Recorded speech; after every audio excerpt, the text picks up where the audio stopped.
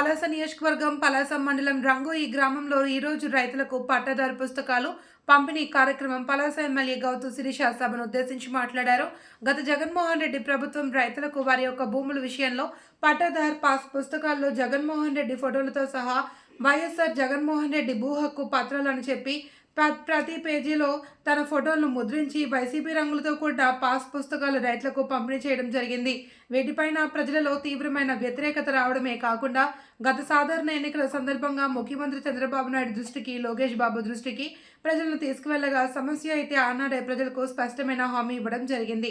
మా కూటమి ప్రభుత్వం అధికారంలోకి వచ్చిన వెంటనే రాజముద్రలతో కూడిన ఏ విధమైన తప్పులు లేకుండా భూ హక్కుదారులకు ఎవరి ఫోటోలు లేకుండా పట్టాదారు పాస్ పుస్తకాలు పంపిణీ చేస్తామని ఏదైతే మాట ఇచ్చారో ఆ మాట నిలబెట్టుకోవడం కోసం ఈ రోజు నుండి 9వ తేదీ వరకు ప్రతి రెవెన్యూ గ్రామంలో గ్రామ సభలు ఏర్పాటు చేసి నాయకులు, అధికారుల సమక్షంలో ప్రజలకు పంపిణీ చేయడానికి ప్రభుత్వం సిద్ధపడింది. అందులో భాగంగానే ఈరోజు పలాస మండలం రంగోయి గ్రామంలో పలాస శాసనసభ్యురాలు గౌతు శిరీష చేతుల మీదుగా రైతులకు పాస్ పుస్తకాలు పంపిణీ చేయడం జరిగింది.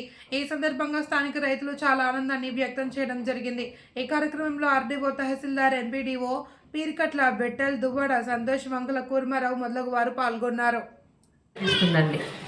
ఈరోజు కూటమి ప్రభుత్వంలో ఈ 18 నెలల కాలంలో చేసిన ప్రతి పని కూడా ప్రజల్ని దృష్టిలో పెట్టుకొని ప్రజలకి గత 5 సంవత్సరాల్లో కలిగిన ఇబ్బందిని తొలగిస్తూ ముందుకెళ్తున్నందుకు అందులో ఒక భాగమైన ఈనాటి కార్యక్రమం కూడా ఈ సంవత్సరంలో మొదటిగా హాజరవుతున్నందుకు నిజంగా ఒక కూటమి ప్రభుత్వంలో పనిచేసినందుకు చాలా సంతృప్తి కలిగిస్తుంది.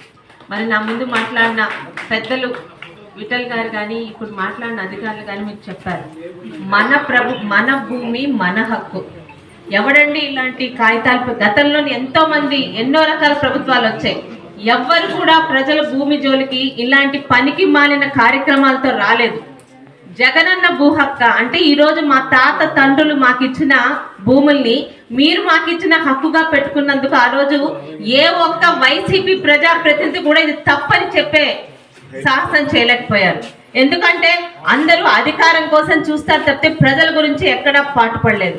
నిజంగా బాధ అనిపిస్తుంది.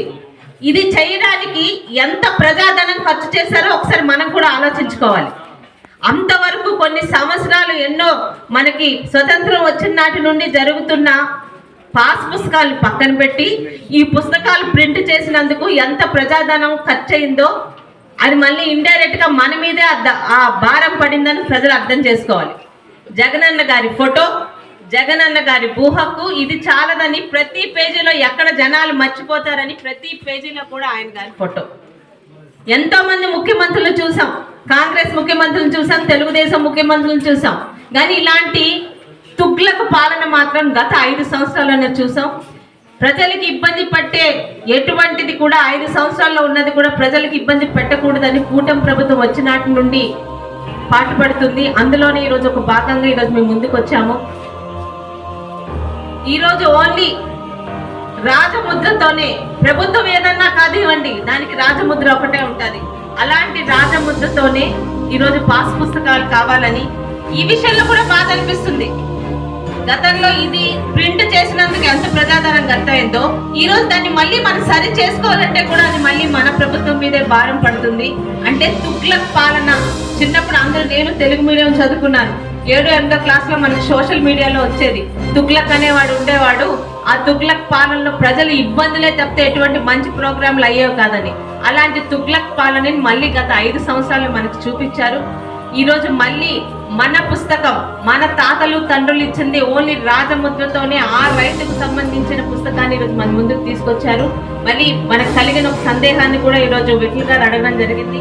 ఇప్పటికే ప్రింట్ అయిపోయిన పుస్తకాల్లో ఇందాక మన ఆర్డీఓ గారు చెప్పినట్టు ఎటువంటి మార్పులు చేర్పులు కానీ మిస్ అయినవి కానీ ఉంటే ఎలా ఇస్తారంటే, ఒకవేళ ఈరోజు మీకు ఇచ్చిన పుస్తకాల్లోని మీకు ఏదైనా అభ్యంతరాలు ఉంటే ఆ అభ్యంతరంతో పాటు ఆ పుస్తకాన్ని మళ్ళీ వెనక్కి మన రెవెన్యూ డిపార్ట్మెంట్కి అప్పచెప్తే వారం 10 రోజుల్లో మళ్ళా సరిచేసి మీ పుస్తకాలు మీ చేతికి అందించే కార్యక్రమం ఒక మంచి కార్యక్రమంతో, ముఖ్యంగా ఈరోజు భూములు ఎవరికైతే ఉన్నాయో వారికి హక్కుని మళ్ళీ కలిగించే ఈ కార్యక్రమంతో ఈ సంవత్సరం మొదలుపెట్టినందుకు, అందులో ఇక్కడ భాగస్వామ్యం లేని కూడా చేసినందుకు ఇక్కడున్న అధికారులకి, ఇక్కడికి విచ్చేసిన గ్రామస్తులకి ప్రతి ఒక్కరికి కూడా పేరు పేరున ధన్యవాదాలు తెలుపుకుంటున్నానండి. జై హింద్.